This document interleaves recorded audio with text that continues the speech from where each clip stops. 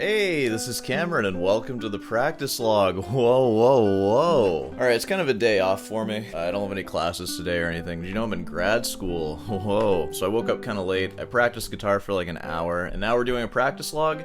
If you don't know how these work, if this is your first time, we start with a little bit of small talk. That's what this is right now. Then I'll answer some common questions in depth, and then I'm going to play something for you. So let's do some of that small talk, shall we?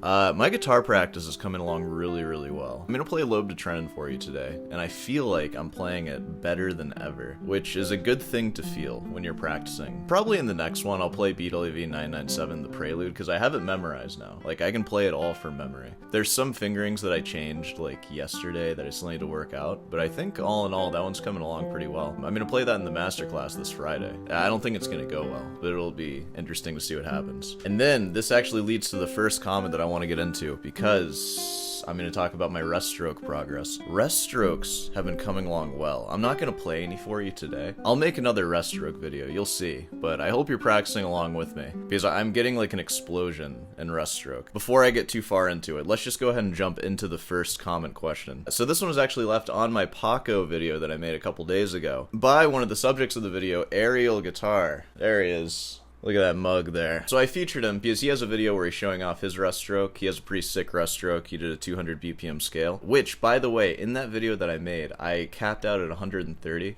Literally today, I just did a 145 that felt like really good. There's this like difference in my hand where it goes from like struggling to get the speed, almost to where like the machine just kind of was built to go that fast. I've been working on string crossing stuff too, because I find that between the string crossings, that's where my rest stroke messes up. So I've been just doing practice on that with the open strings, and that's made like a huge difference. So now that speed that I was getting, which I could kind of get like 160 just on one string, I can kind of start seeing how I'm going to do that over multiple strings. So it's pretty cool. But you said after that video, I figured out how to play ascending and descending scales exactly how. I'm confident you can do 160 BPM 16th notes, ascending, descending, back to back. Yeah, thank you for that. And I also think that I can do that too, just based on today, because I'm already, like, I feel pretty comfortable with 140 now. Again, I'm not going to show you, but you'll see soon. Yeah, so, you know, just a little rest stroke update. Let's do some lightning rounds here. So this one's from Steve Breener, friend of the channel. How's it going? Do you have a guitar with a raised fingerboard? Do you recommend it? Between my 3 classical guitars, they actually have varying degrees of raised fingerboard. So my first one, the Thames, which is the guitar that you'll hear today, that one doesn't have a raised fingerboard. The Stice has the highest raise, and then the Cordoba C12 is kind of in the middle. I understand why it's useful functionally to like shift and stuff. I find that I'm not really using the upper register of the classical guitar that much anyways. It's kind of awkward to play in, and I think the highest note that I play in all of my rep is a high A. It's in the Morel Sonatina.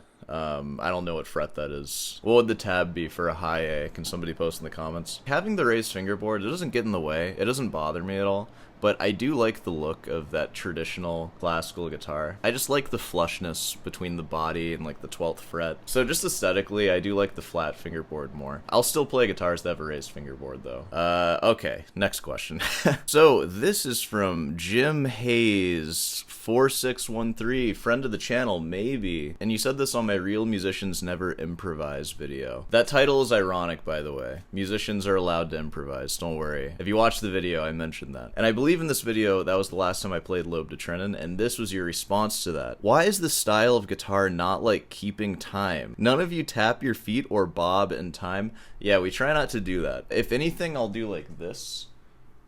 That doesn't really count as bobbing though, does it? Also, tapping your feet? No. That will echo throughout the concert hall. You don't want to get in the habit of doing that. Were you raised in a barn? Is it some elitist classical thing where you aren't allowed to feel like the time or something? Yeah, it is kind of an elitist classical thing, actually. Well, it is and it isn't. Maybe try this. Read your comment out loud. You probably don't just say it all as like a run-on sentence, like ba-da-da-da-da-da-da-da-da-da, end of thing, and then that's it. You probably break it up by the sentence and give a little space between each phrase. We kind of do the same thing in music, and the way that we do it is kind of similar to how we speak, where I will have a phrase of music and then that will have a pulse, and then as it ends, I will kind of try to end it, and then a new phrase starts. And between that, there's going to be this time where the pulse is kind of not lost, but just like on hold for a second until the next phrase starts. It's exactly like you talk. Like, you're just mimicking that, basically. And just maybe to help you understand it, because if you've been exposed to only rhythmic music, and by rhythmic, I mean just like, you know, modern music, stuff that has a drum beat for the entire 3.5 minutes, and there's no stopping, really, which, actually, there might be stopping if you really listen for it. Unless it's a techno song or something, there's probably going to be some, like, pushing and pulling, and maybe, like, the drummer will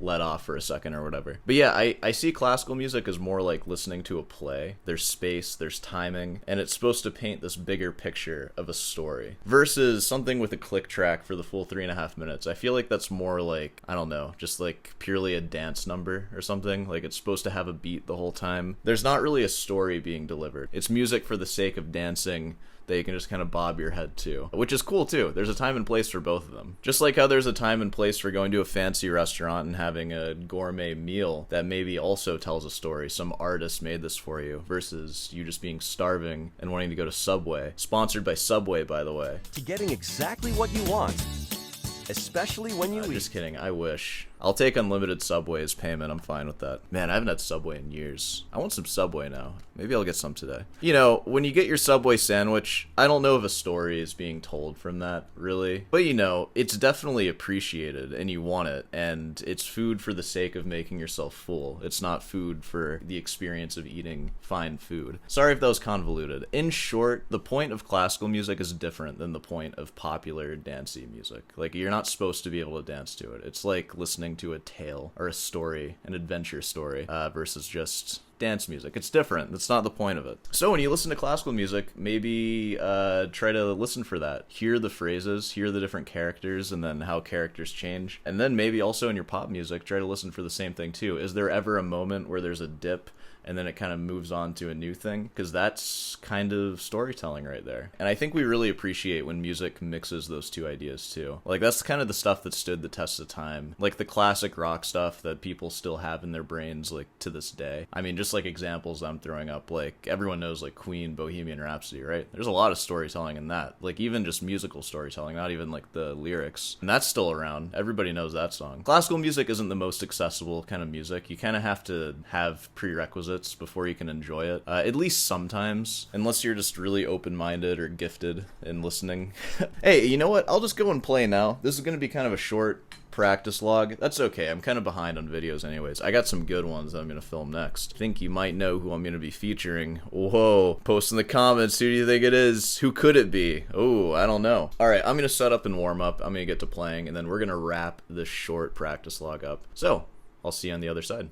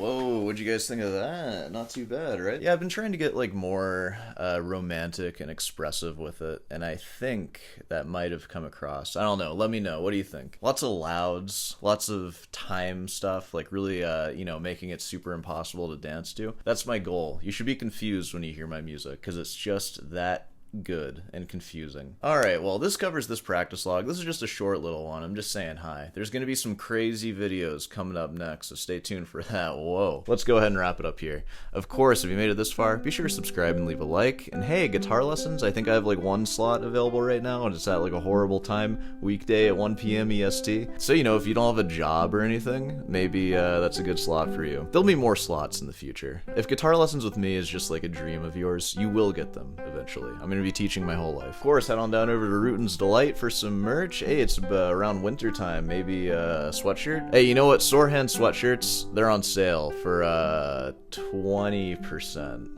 Ooh, I hope that's not extending me too far. Yeah, 20%, and the code will be automatically applied, don't worry about it. But it's just on those sweatshirts, so 20% off, pretty good deal. I'll be wearing mine pretty soon. And I think that pretty much covers everything. Patreon and member section, I always appreciate that, thank you. Go watch some other videos of mine, that's a good thing to do. It's one of those days, it's a sore hands day. Let's make that the ad campaign. Hashtag it's a sore hands day. Alright, I'll see you in the next one.